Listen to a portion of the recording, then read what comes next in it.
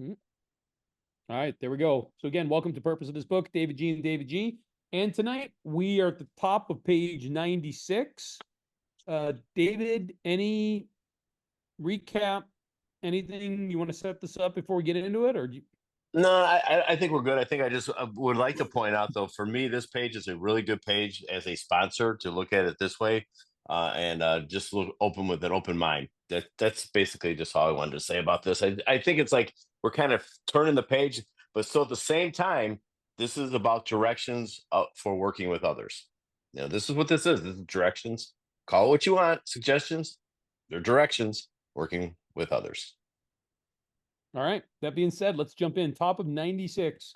We're in chapter 7, working with others. Do not be discouraged if your prospect does not respond at once. Search out another alcoholic and try again. You are sure to find someone desperate enough to accept with eagerness what you offer. We find it a waste of time to keep chasing a man who cannot or will not work with you. If you leave such a person alone, he may soon become convinced that he cannot recover by himself. Spend too much time on any one situation is to deny some other alcoholic an opportunity to live and be happy. One of our fellowship failed entirely with his first half dozen prospects. He often says that if he had continued to work on them, he might have deprived many others who have since recovered of their chance. Abby? I really quick wanted to look up the definition for desperate, which is Hmm. beyond or almost beyond hope, causing despair. Yeah. Excellent. Good job. So Nice. let Go me ahead, David. Okay, let me kick it off. So, in our study here, we point out approach references. So, in the second sentence, it says search out another alcoholic. That's an approach reference. That's what I'm supposed to do as a recovered alcoholic, to search out an alcoholic and try again. And then it says, you are sure to find someone desperate enough to accept these eagerness, what you offer. So, if I get to enough in person or in Zoom meetings or go to treatment centers, jails, or prisons, if I'm doing enough 12 step work, if my triangle is balanced out with recovery, unity, and service, I'm going to find that person so I can make my approach. And then it says, we find it a waste of time to keep chasing a man. And this is what I have underlined, who cannot or will not work with you. So, Mm-hmm. anyone else feel like bouncing around the book tonight? I do. Let's do it. So let's do it. So this is a cannot or will not approach references. So let's go to Bill's story in the last page on Bill's story in page 16, the first full paragraph. And there's a few of them here. So if you guys, I just want to tie together, connect the dots in the big book of Alcoholics Anonymous is all I'm trying to do here. And in the first paragraph in Bill's story, page 16, first full paragraph, an alcoholic in his cups is an unlovely creature. Our struggles with them are variously strenuous, comic, and tragic. One poor chap committed suicide in my home. That was the lawyer that committed suicide in Bill's home. But here's the cannot. He could not or would not see our way of life. So that's one reference. So then, of course, we're really familiar if we go to page 58 and how it works. First full paragraph. We read this a lot of times, and there's only two people in Alcoholics Anonymous and it points this thing out here. First full paragraph in How It Works, Chapter 5. Rarely have we seen a person fail who's thoroughly, which means exhaustively, followed our path, which are the 12 steps. Those who do not recover are people, and underline this if you would, cannot or will not, so cannot or will not completely give themselves to this simple program. So that's another reference of a cannot or a will not on page 58 in the first paragraph. And then if we would go to page 79 in the second paragraph, I believe it is another cannot or will not reference. It's halfway through the paragraph, so this isn't the chapter 2 action. So we're doing a lot of bouncing, but we are connecting dots here. So second full paragraph, page 79. Usually, however, other people are involved. Therefore, we are not to be the hasty and foolish martyr. We who needlessly sacrifice others to save himself from the alcoholic pit. A man we know had remarried because of resentment, that is a will not. If I have a resentment, it's a will not because I'm not willing to do the inventory and be free of it. And drinking, that's a cannot. If I'm still drinking, I cannot. He had not paid an alimony to his first wife. So that's the will not and the cannot. I know it looks like I'm looking for it, but it's there because of a resentment. And drinking is a will not. The resentment is the will not, and the drinking is the cannot. And then as we are on page 96 in the first full paragraph, that's where we are now. So we will go forward in the book a little bit. I just got a couple more. Hmm. You don't mind, do you? This is awesome. Hope you guys are Okay. noting all this. No, Okay. keep going. Okay, page. Now we're going to go to one of my favorite chapters. And it wasn't my favorite chapter until I learned how to study Two Wives, and we'll talk about that when we get this far into the book. So, Two Wives, page 114, first full paragraph. See, if I read Two Wives, I just give it a spoiler alert for me, anyways. If I look at it as those are directions for me, this works out real well. My wife does not need directions, not for me, anyways. She does not need that. So, anyways, Two Wives. So let's talk about the cannot and will not here. So there are exceptions. Some men have been so impaired by alcohol that they cannot stop. No power, no choice, no control, right? Sometimes there are cases where alcoholism is complicated by other disorders. A good doctor or psychiatrist can tell you whether these complications are serious. In any event, try to have your husband read this book. Boy, those seems like really good ideas. Or study this book. His reaction may be one of enthusiasm. Really? If he is already committed to an institution, but can convince you and your doctor that he means business, give him a chance to try our method. What is our method? Our method is the 12 steps of recovery. Unless the doctor thinks his mental condition too abnormal or dangerous, we make this recommendation with some confidence. For years, we have been working with alcoholics committed to institutions. Since this book was first published, AA has released thousands of alcoholics from asylums and hospitals of every kind, the majority. I'm sorry, I read the wrong paragraph. That was a bonus, guys. Second full paragraph. No extra charge. That was free, honestly. That's Next okay. paragraph's got it. You may have the reverse situation on your hands. I was wondering why that wasn't going to make any sense in my head, but now this one will, I hope. Remember my point, and I usually don't have one, but there's a point here that I'm trying to connect the dots of will nots and cannots. You will have the reverse situation in your hands. Perhaps you have a husband who is at large, but who should be committed. Some men cannot or will not get over alcoholism.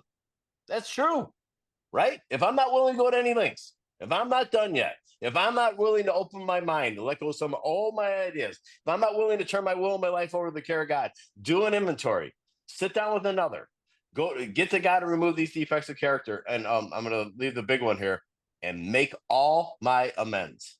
All my amends. That's the 8th step. Made a list of all people I've harmed, then made amends to them, and then live in the disciplines of 10, 11, and 12. So, okay, still going forward yet. We're as long as I had the floor. Page 142 to the employers. Third paragraph. Another will not and a cannot. So to the employers, page 142, third paragraph, third full paragraph. Whether you mention this book is a matter for your discretion. If he temporizes and still thinks he can ever drink again, even beer, he might as well be discharged after the next bender, which, if an alcoholic, he is almost certain to have. He should understand that emphatically, either you're dealing with a man who cannot and will not get well, or you are not. It's really it. Either is or he isn't. And then page 148. Top of the page. This will be a brief one. I will not start at the bottom of the page. It's a partial paragraph at the top of the page. In the second full sentence, it says, still same chapter, but if you cannot or will not stop drinking, I think you ought to resign. So that is someone getting direction from his employer. You can't stop or will not. I can't continue to work with you. And then page 162. Another reference. I only got one more after this. So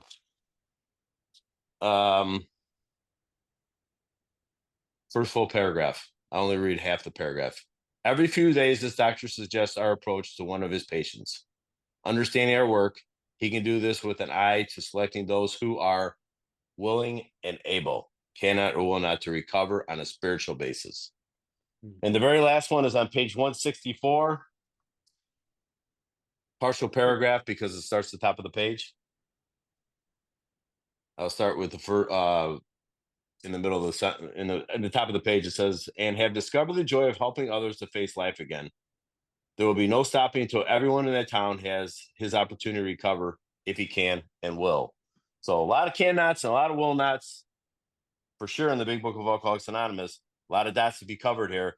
I'm not going to monopolize the rest of the thing. I'll let David jump in now. I've had my time. Well, hold on. Before you do, though, you took us to all those, which was amazing, but you didn't even say your piece on the cannot versus the will not. So right. Good point. So I've met a lot of will nots. Never met a cannot. Cannot? So unless you have mental disorder, sure, right? Of course. Brave, right? Right? Right? Yeah, absolutely. But I can work with a will not. But if a cannot, so my brother died directly from alcoholism. Drank himself to death. Could not stop. Will not stop. On his own power, he knew he could not stop. He was introduced to Alcoholics Anonymous long before I even knew what Alcoholics Anonymous was. He was 1 year younger than me. I was probably, the court ordered him to AA at 14. I don't know if any of you guys were here. That's 40 some years ago. Maybe Michael, I don't know. I'm just saying, but man, I don't know what they said to him there, but he just was one of those guys. He just could not stop drinking. Even the warnings of a doctor, he just could not stop. And the sad part about that is when he ended up in a nursing home, his last couple months of life here on this earth, I went to visit him. Now, I hadn't seen him in a long, long time because he was so ill and he was from this jail and this flop house and this place. But I found him where he was in this nursing home. And when I walked in, he did not know who I was. I was the brother that grew up down the hall from him, guys. I was the kid that played with him every single day and walked to school with him. We did homework together. We did everything together every day for probably the first 20 years of our life. But the last 30 some years, he was in full blown alcoholism. He could not stop. He was hopeless beyond a doubt. And he died directly from alcoholism.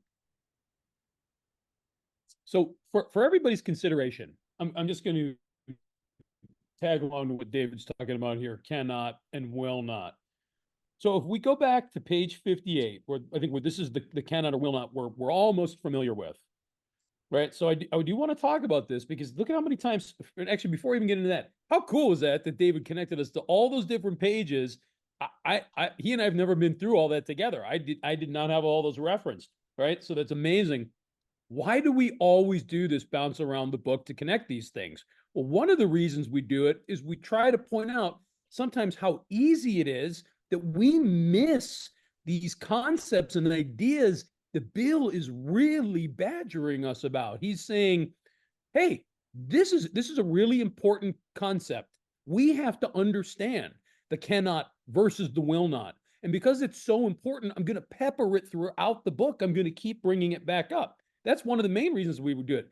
We don't do this so that ultimately we're trying to solve the riddle of the Sphinx here. Like we'll find enough connected lines and dots and stuff and like, oh, everything's going to make sense. I don't really think that's our intent. But we also do it because it's kind of fun, right? We say, look, oh, here it is again. Here it is again. And because it's then engaging and it pulls me in, it tends to take on more meaning, more weight, more gravity. But if we go back to page 58, right? We're all familiar. We've all heard this hundreds or thousands of tens of thousands of times. How it works, how the program of recovery works. This is what the chapter is about. And it starts out by saying, rarely have we seen a person fail who has thoroughly followed our path. Those who do not recover are people who cannot or will not completely give themselves to this simple program. So I'm going to pause right here on the cannot versus will not. And David and I, like most things, have talked about a lot, cannot versus the will not. My belief, and I think this is in alignment with David's, is will not I'm going to work with them, and I'm going to see if we can turn that will not into a will. Because what I'm going to try to paint a picture for is, I was a will not. Here's what my will looked like. And because I got into dire straits, I became willing, right, to take the steps, do the work to get better, to help other people. What if the cannot, guys? What if the cannot is what the rest of this paragraph is talking about, right? Someone who is actually unable. So will not, think about that little word, will. I will not. I am unwilling, right, to take these steps. But cannot, maybe someone who can't give themselves to this simple program because they're constitutionally incapable of being honest with themselves. Mhm. A will not, I believe, if we can talk and get to know each other and study a little, maybe they will become capable of being honest with themselves. But maybe the cannot guys just can't do it, right? Maybe they're not at fault because they've been born that way. Maybe they're naturally incapable of grasping and developing a manner of living which demands rigorous honesty. They cannot. Their brain doesn't work that way. I've sponsored some people with some pretty significant learning disorders, right? And they're trying their best, but it's a little tricky for them. I've sponsored some people with fairly grave emotional and mental disorders. There's a lot of us like that in the rooms of recovery. A lot of heavy sickness, right? A lot of diagnoses that make life challenging, right? But the best thing that I can do, that we can do, is we're carrying the message and working with new people, is if they are willing. Let's really find out if they're a cannot, because I've not really experienced too many people too sick to get into this and do a little better. Mostly I run into a lot of people who are unwilling, and that's sick too, but that's a different kind of sickness. You know, that unwilling, the will not, it's all about self-will. So back in 96, so clear direction here. This is spiritual direction to me. I am not to be discouraged if my prospect does not respond at once. Right? They are not on my timeline. I can try to put them on one, but I'm probably going to end up in some resentment. Here's more clear direction. Search out another alcoholic and try again. David and I were just talking about this before we got in the meeting tonight. David was out of town with some family, and one of his sponsees that I know real well called me because, you know, he's the guy he's trying to sponsor is being flaky. And I'm like, hey, man, lay it out. You know, did you qualify him? Yes, I did. Is he willing? I don't know. I said, all right, well, set an appointment to get into that 4-step. If he shows up, fantastic. If he doesn't, I guess you will know. And then I said, and if he keeps flaking on you, pray for your next sponsee, right? Search out another alcoholic, try again. You are sure to find someone desperate enough to accept with eagerness what you offer. This is one of my favorite lines in the whole book. Who are the people I'm supposed to be working with? Someone desperate enough to accept with eagerness what you offer. Guys, think about the visceral words that Bill is using there. You remember what it's like to be desperate, desperate for that next drink, desperate for that next drug, right? Desperate for that next bet to come in, right? For the roulette wheel to hit black, whatever it is you're powerless over. So desperate to accept with eagerness what you have to offer. That is what we need. I need people at the end of their rope. I need people who tried to get better in other programs of recovery. They tried to do it in church. They tried smart recovery. They tried 28 different detoxes. God bless. Try it all. Come to me desperate. Because if you come desperate, you're not going to be a will not. You will get better. And then you will accept with eagerness what I have to offer. What do I have to offer? I'm going to swiftly get you through the steps. And I'm going to also tell you at the onset, guess what? If you want my help, you're signing up for a lifetime of service. So be okay with that now. Because if you're like me, you desperately need to spend the rest of your life serving other people. All right. We find it a waste of time to keep chasing a man who cannot or will not work with you. Will not, cannot be on their control. Will not, I'm going to argue, within their control, and unwilling. If you leave such a person alone, he may soon become convinced he cannot recover himself. Again, if you've been around for a while, I guarantee you've had this experience. Weeks, months, sometimes years later, getting that phone call. I can't tell you, I've had so many times I looked at my phone and I'd save that number. I'm like, oh my God, I haven't talked to this dude in 5 years. I just assumed he was dead. And sometimes I picked up the phone like that. I'm like, dude, I just assumed you were dead, you know? And rarely are they calling to tell me how they stopped going to AA and everything worked out great.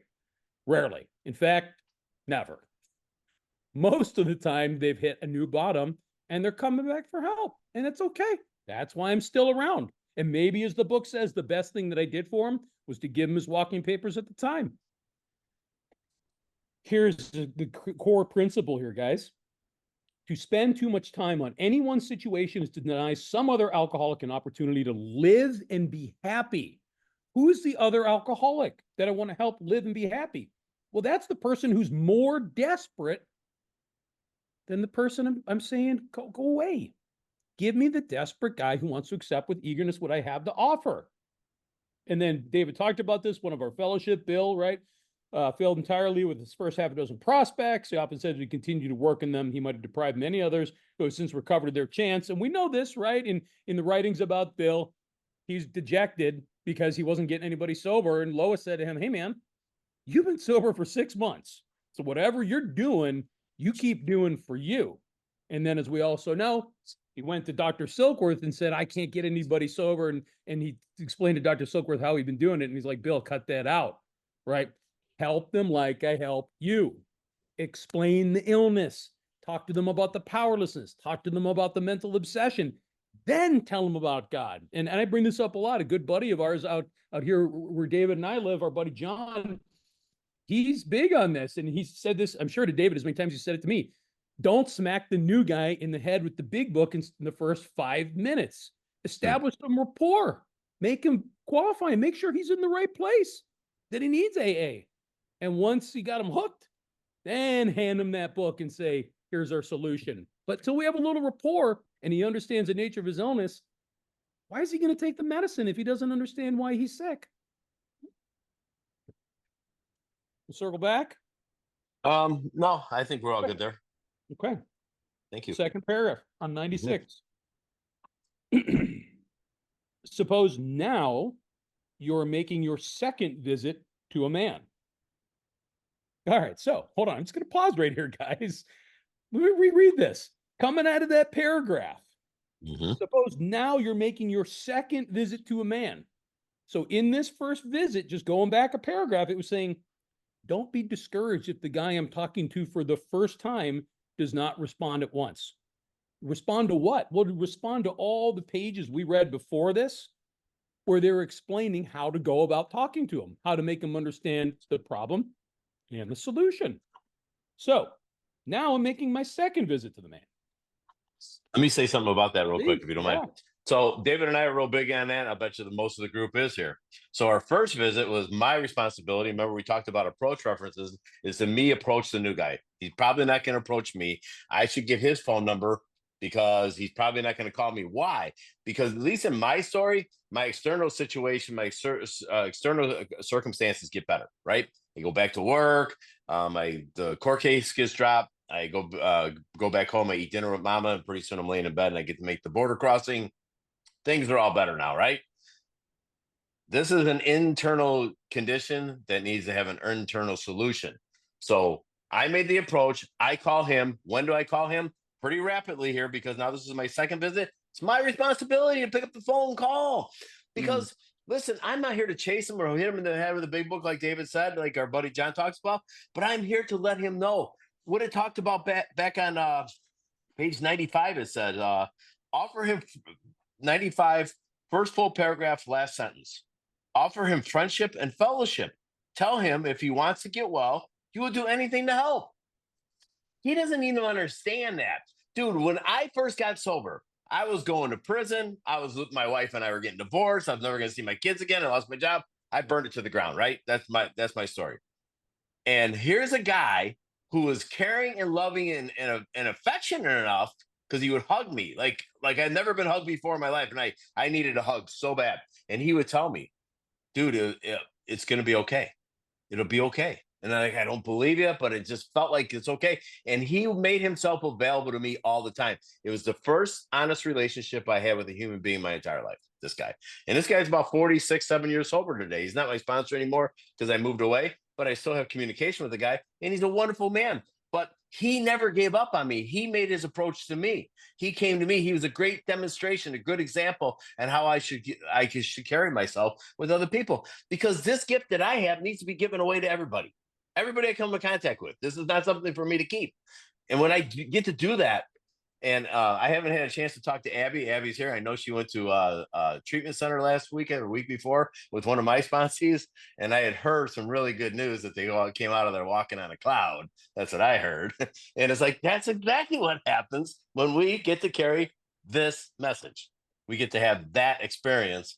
And of course, I'm going to sit down with this guy, but I have to make this part of my routine. I don't care how busy I am. I make time for this because someone cared enough about me to carry their 12 step to me. Their 12 step to me. That's what they did. That's amazing to me. Not the first step. They carried their 12 step to me. They didn't carry their first step to me. They carried their 12 step to me. And when I did that, my life started getting better pretty quickly too, by the way. I didn't notice it. I'm always going to be the last one that notices it, by the way.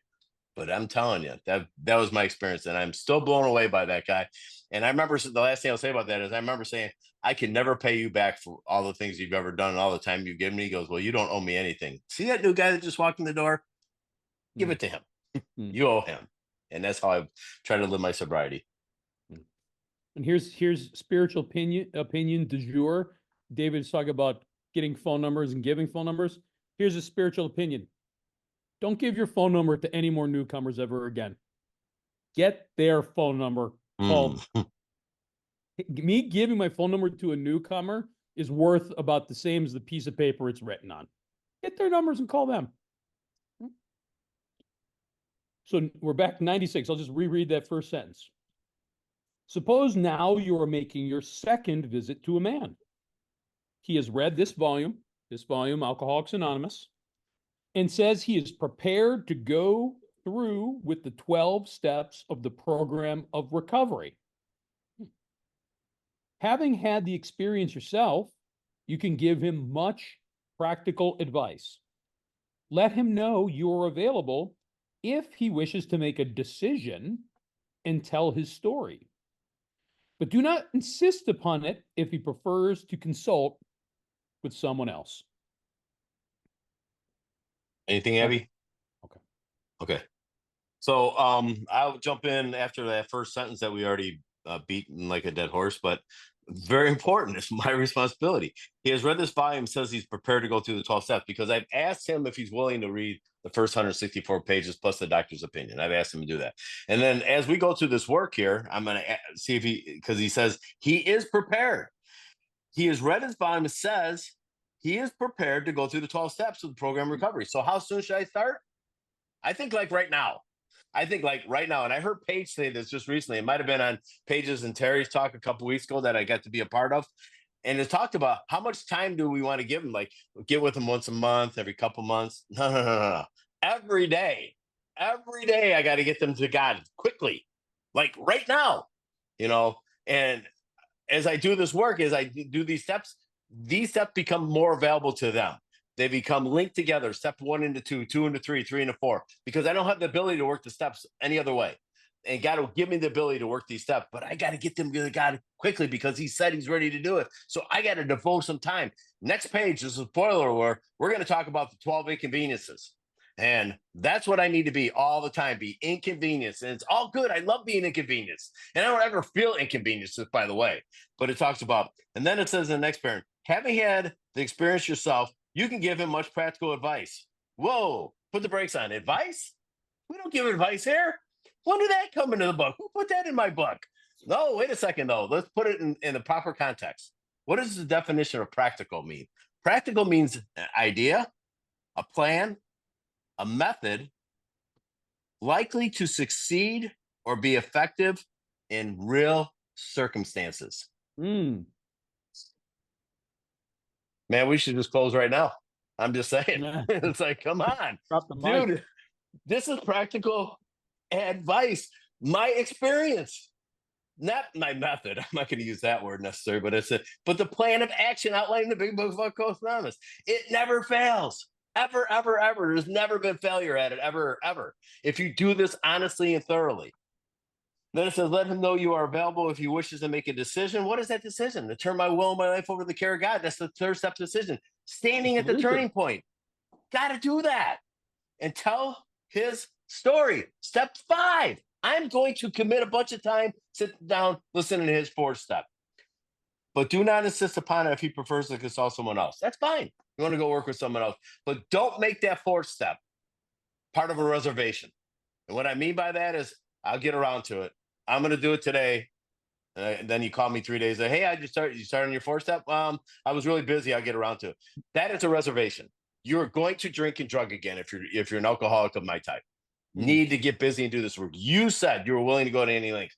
I'm willing to match your willingness. I devote all this time to you. Get busy and do it. And what I do, and the last thing I'll say about this is I help them write the first 3 resentments out. I help them write them out, right?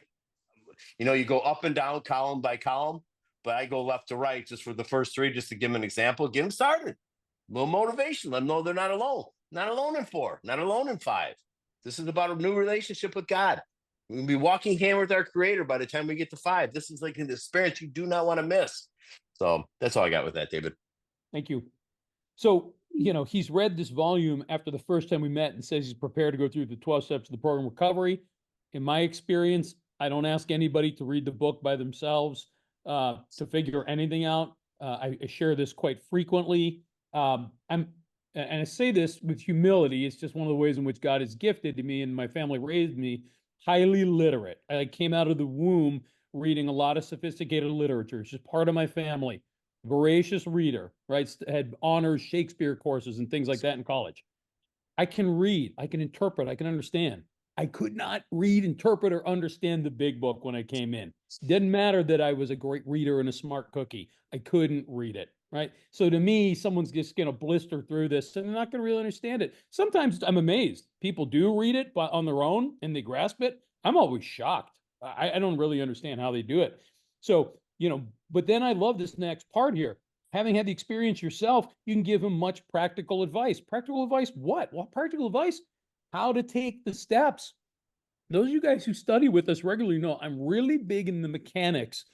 People wander in the desert. Oh, I don't know how to sponsor. I don't know how to do the work. Like, yeah, nobody does until somebody helps you. So what did David and I do? We made a cheat sheet. If you go on our little website, purposeofthisbook.com, go to the bottom of the page. There's only one page. There's a little section of files.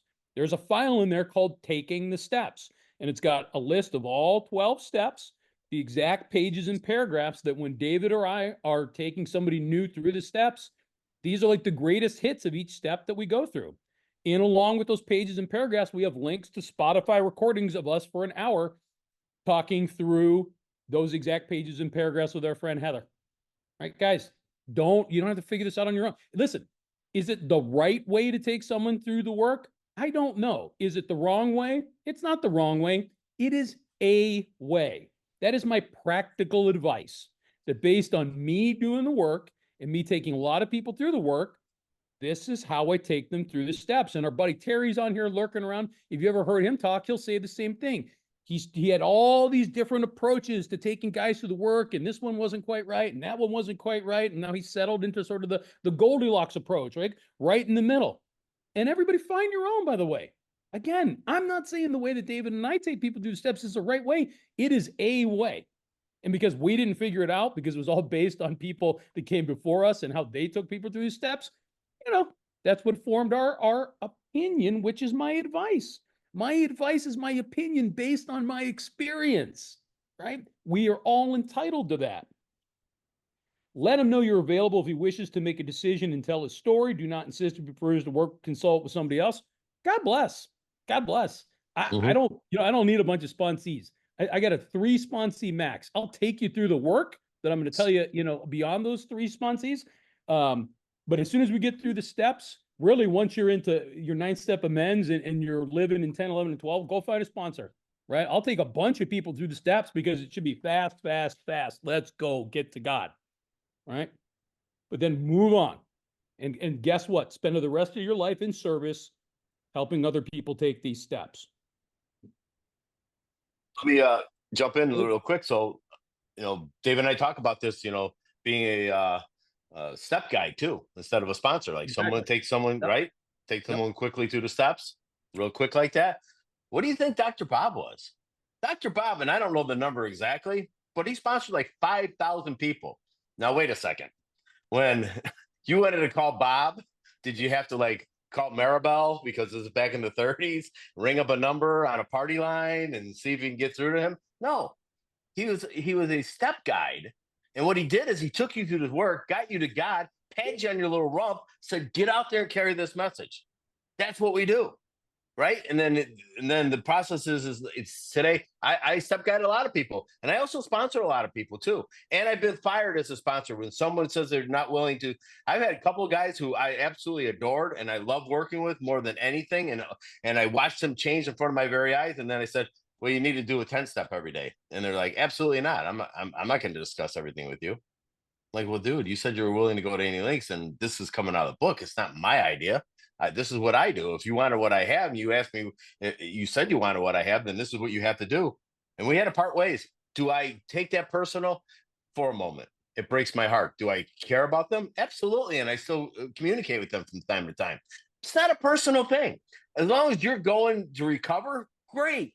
Maybe I'm not that guy for you. I don't care. But maybe I can just be a step guide for you and take you through the work. And then you go work with someone else. That's fine. But here's the last thing I'll say about that. I've used that term a couple of times and I apologize. I need to have a sponsor. I need to be accountable to someone else. I have, spiritual consent given to David and a couple other people in my life, but I still need to have a sponsor. My sponsor needs to have a sponsor. Third paragraph on 96.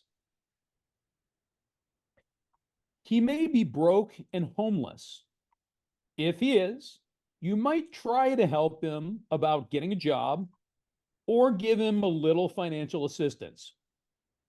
But you should not deprive your family or creditors of money they should have.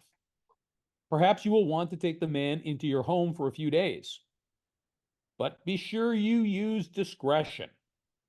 Be certain he will be welcomed by your family and that he is not trying to impose upon you for money, connections, or shelter. Permit that and you only harm him. You will be making it possible for him to be insincere. You may be aiding in his destruction rather than his recovery. I just have impose, which is to subject a person to a charge or penalty. Okay. So, this is something that I had a sponsor who did that a lot. He had a 3-quarter house. So he brought people in all the time, and that's fine for him. Now I had 5 daughters.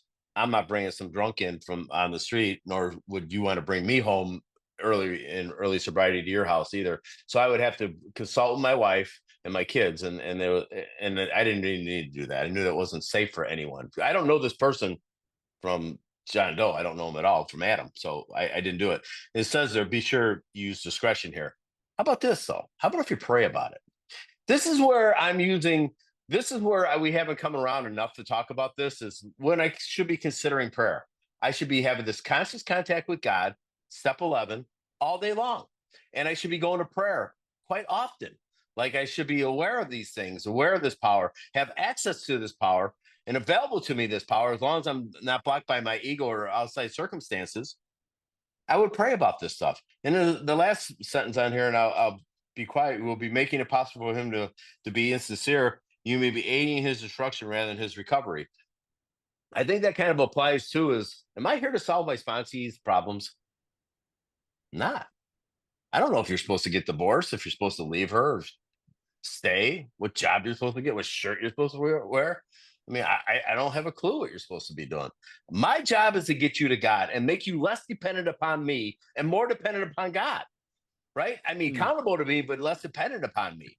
It's like, go to God with prayer and meditation. That's the kind of sponsorship that I have in my lineage, that we go to prayer over these things and the right thought will come, right? I'll have intuitive thought. That happens too in the promises in the 11th step. So I'm not here to solve their problems. I may give them practical advice through my experience. At the same time, I don't know if they're supposed to live in my house or not. maybe I have helped out people financially. I have gotten people jobs, and it didn't necessarily work out well. But I did prepare the employer ahead of time that this may not work out well, and they were very happy to do that for this person. And a kind word and or a kind thought is not enough all the time. It's got to be an action that I perform. A kindly thought is not enough. I gotta pray about this. I gotta go to counsel on this kind of stuff, and the right thought and action will come. Yeah, and we've talked about this in previous parts of the book, talking about how to help someone who's in really bad shape. And again, things are a little different now in 2024 than they were in 1939. One thing is for sure, as a matter of practicality, we're in a much more litigious world today. So discretion about bringing someone who's in their alcoholic cups or just coming out of it into your home where they could fall and then sue you, sadly, is the kind of thing that happens very commonly in the United States today, right? Very sadly. Um, we have all sorts of social services and opportunities to get people the help they need. I've told this story many times, so I won't tell it again, or I'll just sort of in summary, I've taken guys that I met in meetings who I then ran into drunk, like at a bar, because I was watching a football game. And I've taken them to the emergency room. Who is more qualified to help a drunk who's in bad shape? Right? It's not me in that moment. I want to make sure he doesn't die, doesn't get behind the wheel of a car, doesn't drink himself to death, right? I don't have that kind of power. Let's get him to the right kind of support and help. And then when he's jittery, right, that next day, when they're calling and he says, "Hey, will you come see me?" Or I just call him and be like, "Hey, can I come back and see you?" That's when I got a lot of power to help, right? When he's safe and he's stable. And I'm like, dude, are you done? Good and for all. Because if you are, I can help. Right. But let's not jeopardize. And the book's being diplomatic, but Bill's saying, be very careful about the other commitments that I have in my life before I bring someone dangerous into my home. Right. And dangerous, I'm not talking about someone's character. I'm just saying we're all capable of being dangerous people. Right. So use judgment, use discernment, and oh my God, use prayer to figure out a situation. What a concept it brought up. Okay. Great paragraph here. All right. You want to set this up? You want me to just read it? I'm just gonna get brief. I don't know what Bill's fascination with 12 is, 12 steps, 12 traditions, the 12 disciples, all these things. Guess what? There's 12 inconveniences, and Bill's gonna lay them out on this page here. That's really all I gotta talk about. They're not suggestions. I don't believe they're suggestions. They're just 12 inconveniences. And these are a good checking point for me to look at. And you can change some of the wording around because it's a little bit old fashioned, like the word jangle and burning a mattress and stuff like that. But I'll change some of the terminology around as we go. The 12 inconveniences. What are we going to be inconvenienced by? Taking somebody through the work, getting them to God. You think getting someone to God is supposed to be an easy task? Hell's to the no. That's why it's so rewarding that we get to watch people be reborn. Never avoid, we're top of 97. Never avoid these responsibilities, but be sure you are doing the right thing if you assume them. Assume what? These responsibilities. Helping others is the foundation stone of your recovery. Rereading this. Helping others is the foundation stone of your recovery. Lifetime of service, guys. A kindly act once in a while isn't enough. You have to act the Good Samaritan every day if need be. Have to. It may mean the loss of many nights' sleep, great interference with your pleasures, interruptions to your business. It may mean sharing your money in your home, counseling frantic wives and relatives, innumerable trips to police courts, sanitariums, hospitals, jails, and asylums. Your telephone may jangle at any time of the day or night. Your wife may sometimes say she is neglected. A drunk may smash the furniture in your home or burn a mattress. You may have to fight with him if he's violent. Sometimes you'll have to call a doctor and administer sedatives under his direction. Another time, you may have to send for the police or an ambulance. Occasionally, you will have to meet such conditions. Did you guys get? Oh, Rob, of course, I should have known. Rob's already got them enumerated there in the chat. Oh, that's He's awesome. marked off the 12 inconveniences, so I didn't have to call them out. All right. Yeah. Abby, anything in there? I do have sanitariums and asylums. A sanitarium is an institution for people with physical or mental disorders, and an asylum is an institution for the care of the needy or afflicted. Thank you, Abby. So I'm going to point out some musts in here too that Bill puts in here. So the very first word says never. That's a must. Never is a must. Avoid these responsibilities. Change the word responsibilities if you'd like. These are not suggestions. These are responsibilities. But be sure you are doing the right thing if you assume them. So it says help. Right. What is my motive in here? Yeah, exactly right. Helping others is the foundation stone of our recovery. So step 1 is the foundation. Step 2 is the cornerstone. Step 3 is the keystone. And step 12 is the foundation stone. Not everybody knows that, but that is the foundation stone. That's what Bill's pointing out here. So the first one is a kindly act once in a while isn't enough. Constant thought of others is what I'm supposed to have on page 20 of the big book. It talks about constant thought of others. I must have constant thought of others and how I could be of service and help to them. And then the next thing it says, you have, which is a must, you must act the Good Samaritan every day if need be. Every day. I don't know how I find the time. I'm a super busy guy. I'm very successful. I'm very blessed to have the business that I have and the family that I have, but I always find the time. You know, it's just like almost like God gives me an extra hour some days. You know, it's just like, dude, you're like one of my faves. I'm gonna give you an extra hour, turn the clock back an hour. This is just how I think. And but it's just like I always make sure I find the time, you know, and if you call me and you say everything's okay, I might not call you back. I probably won't call you back. But if you say I need to talk, I will call you back. That's just how this works. That's the kind of sponsorship lineage I had. So you have to must have to act a Good Samaritan every day if need be. It may mean the loss of many nights sleep. Yeah, I might have to stay after a meeting. Like David and I get up at the crack of dawn. We don't like to go to late night meetings, but sometimes I have to stay after a meeting. Take some guy through to work right away. I might go through the first 3 steps the first night. Just depends on how willing the guy is. I may have a 4th step in my truck that I get get ready to start the 4th step with the guy. Why not? Why can't we do that? Of course we can. So I may be late. I just text my wife and say, hey, I'm going to work with a new guy. I'll be home a little bit later. Greater interference with your pleasures, interruptions to your business. Yeah, I've been on vacation. I've been at work and all these things.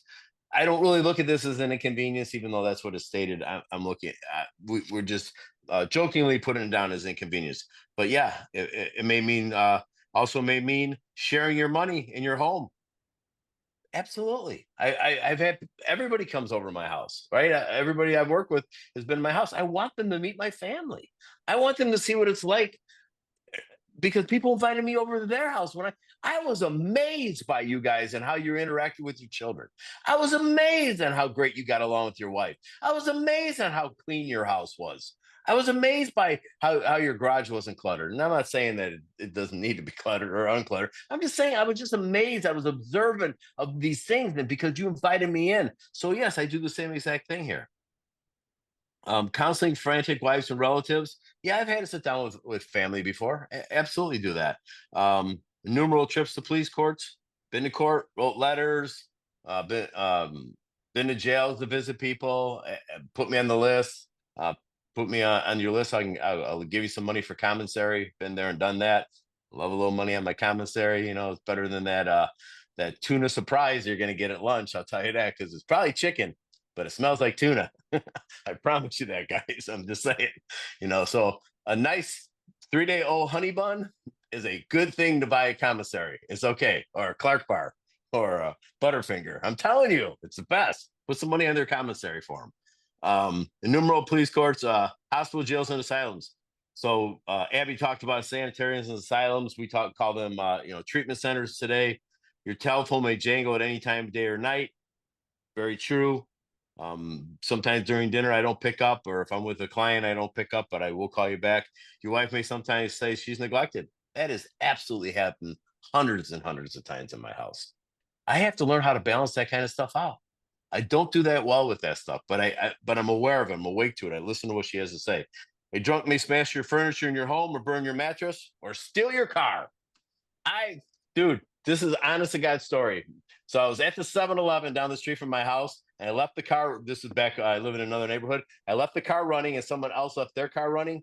A guy I used to sponsor, because he got caught on camera, stole the other guy's car, not mine. Thank you. He stole the other guy's car and took off in it. It's like, I don't know why he didn't steal mine, but it's like, that happens. Like, that was an old, and I know he's an old sponsor of mine because he called me from jail and said, he's going to prison for stealing a car. So that happened for real. You may have to fight with him if he's violent. Boy, I hope I don't have to do that. I'm getting way too old for that crap. Sometimes you'll have to call a doctor, administer sedatives, or under his direction. Not doing that. I'm not going to have sedatives in my house. First of all, I'm not going to administer anything. Like David said before, I'm taking him to the ER. Another time you may have to send for a police or an ambulance. Definitely, I've done that. Yeah. And then occasionally you will have to meet such conditions. No, occasionally you will have to, which is a must, meet such conditions. Good, David.